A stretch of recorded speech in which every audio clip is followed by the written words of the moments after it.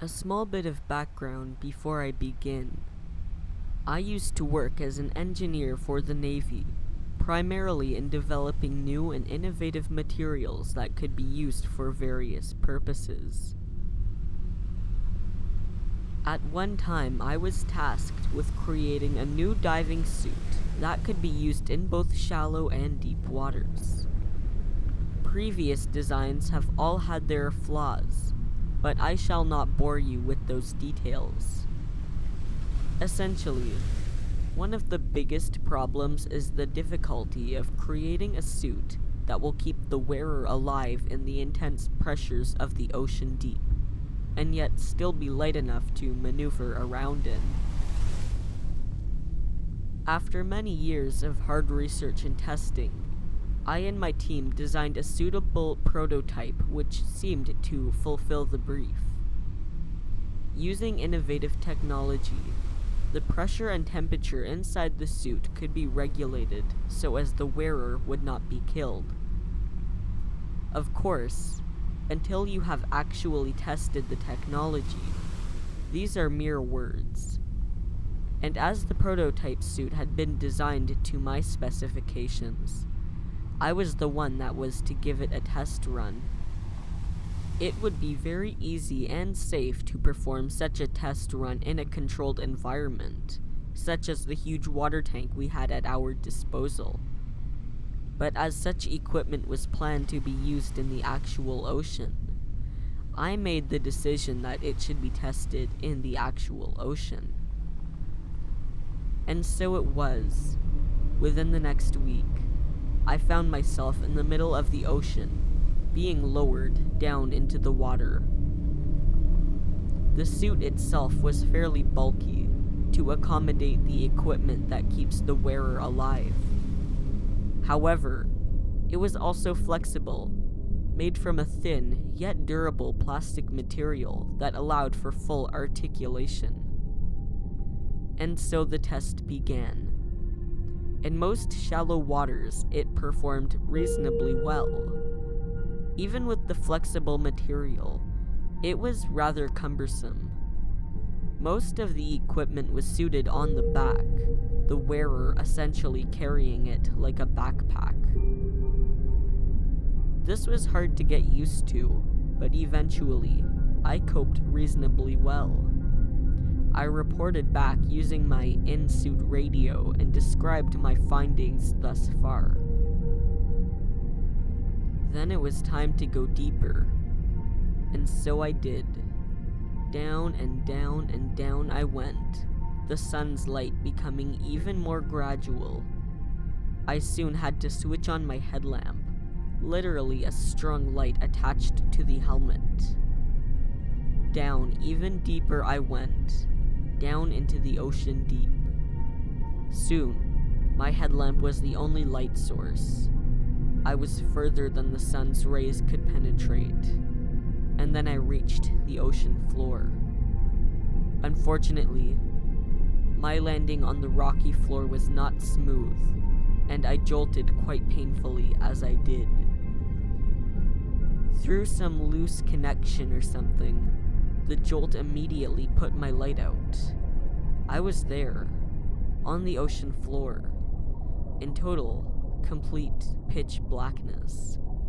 There is literally no light.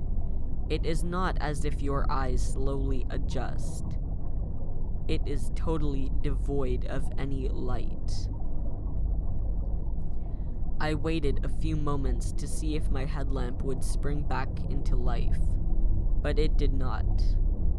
I gave it a hit or two, to which it flashed once before going out for good. No use radioing for help. At that depth, the radio was useless. I was blind and alone. Almost alone. For when my headlamp momentarily flashed, I glimpsed some kind of shape, not too far from me. Fairly large, and formed like a big fish. I am not afraid of the dark. I actually quite like it. But in that situation, I was not ready to hang around. I took a tentative step backwards and prepared to make the swim back upwards.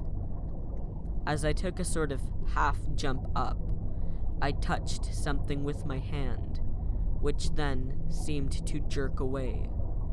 I cringed and made another jump, using my legs to propel myself upwards.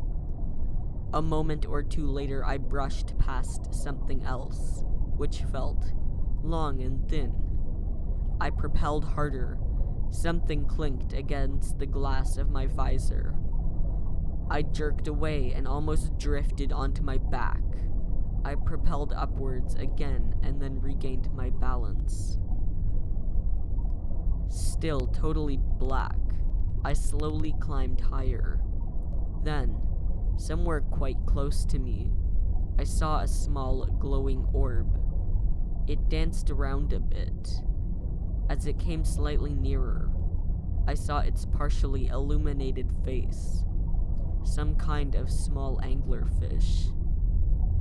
It seemed a bit interested in me, before it finally swam away to find something else.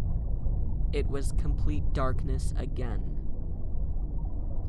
I knew I should be in lighter territory before too long, but before I reached it, I was visited by one more creature.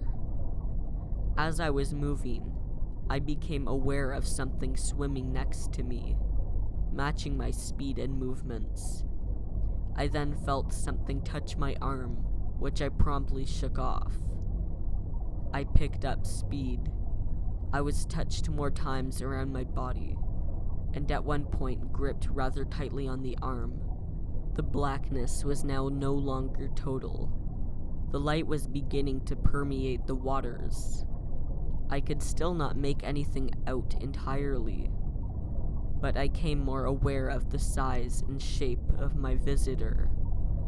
I felt that she, did not want to be seen. As the light grew ever so slowly brighter, or could just about see, my visitor abruptly turned and swam away quickly, down into the darkness. Before too long, I was back at the boat. I had radioed upon reaching shallow waters, mentioning briefly what had happened, and they were ready for my story. What they were most interested in, though, was my suit. As I had disturbed the silt and sludge of the ocean floor, it had covered my suit in a layer of dirt. Upon my stomach, there were strange markings that had been drawn into the grime, and below the markings was a handprint. A fine, delicate handprint.